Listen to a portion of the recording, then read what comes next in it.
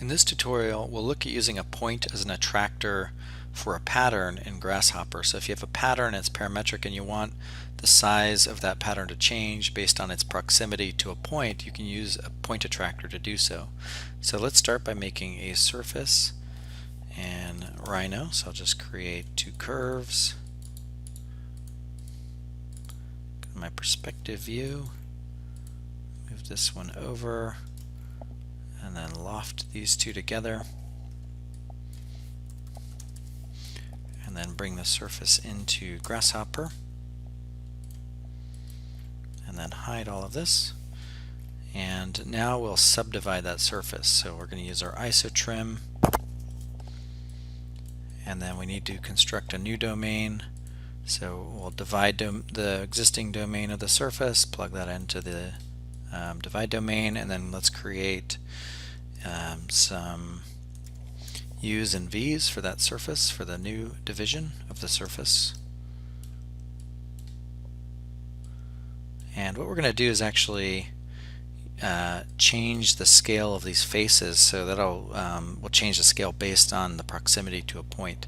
So let's go ahead and deconstruct the B-rep, which is the subdivided surface. So each of these faces, we'll then find the area of each face. So we'll plug the area into these, and then we'll also join all of the edges. So we'll join these curves. So each of these cells is a unique cell, and when we deconstruct it, it just breaks up each edge into a separate edge. So when I join it, I have a bunch of squares on the surface.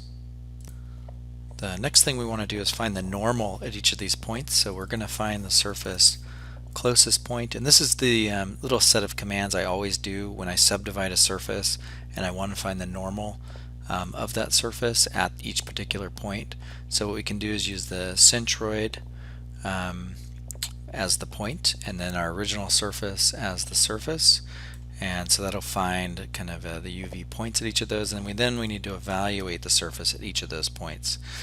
So we're going to evaluate surface, and so the surface closest point just ensures that that point is on the surface, and then evaluate surface evaluates the surface at each of those points on the surface.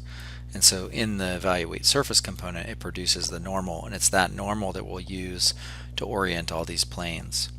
So the next thing we want to do is actually scale these joined triangles or rectangles together.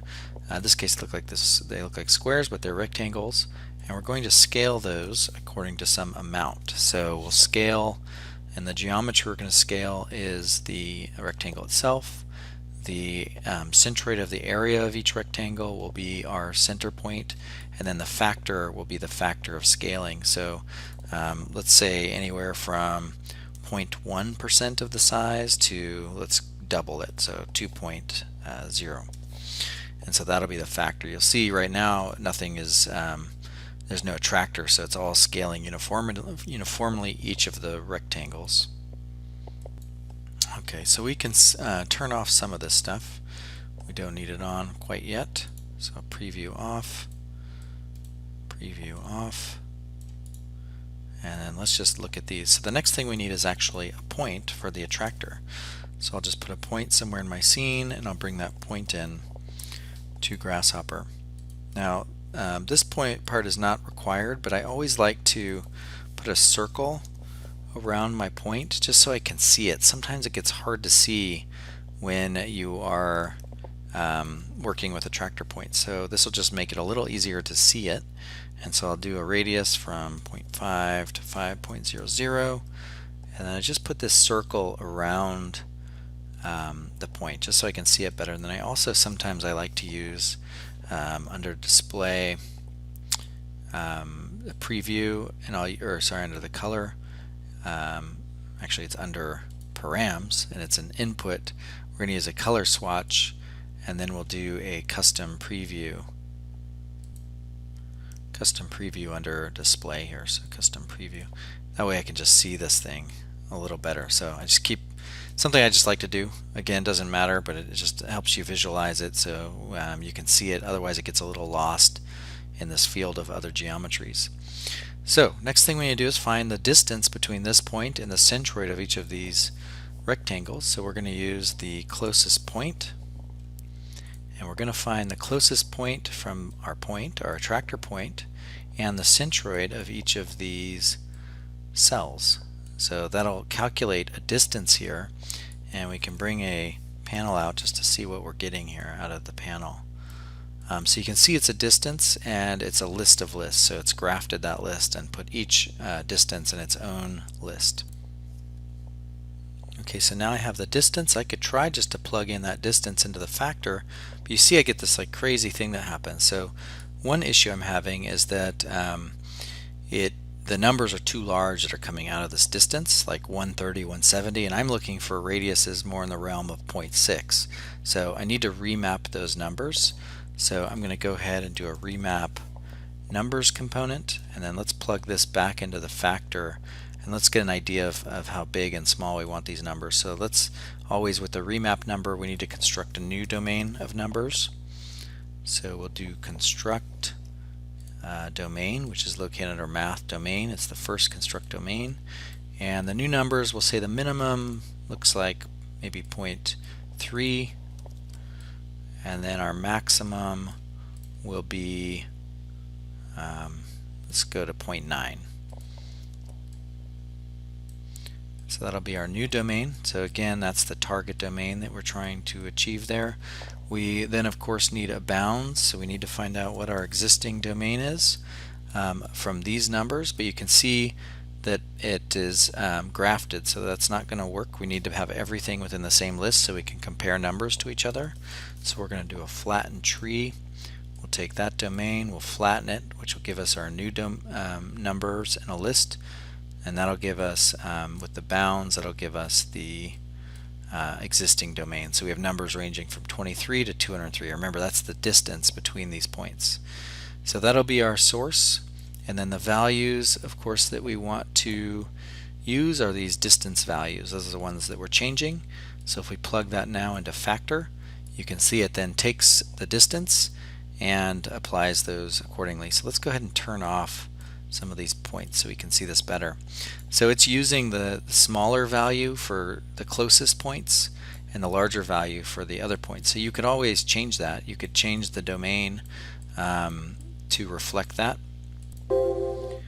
by just changing these numbers here. So instead of the 0.3 being the first number, I can make it the second number, and I can make the 0.9 the first number. So now anything that's closer to that point will be larger. And so you'll see if you move that point around, it'll update everything in relation to that new distance that it calculates. So the reason I got the normal here is I wanted to do one more operation of this. I wanted to move the geometry, make a copy of it.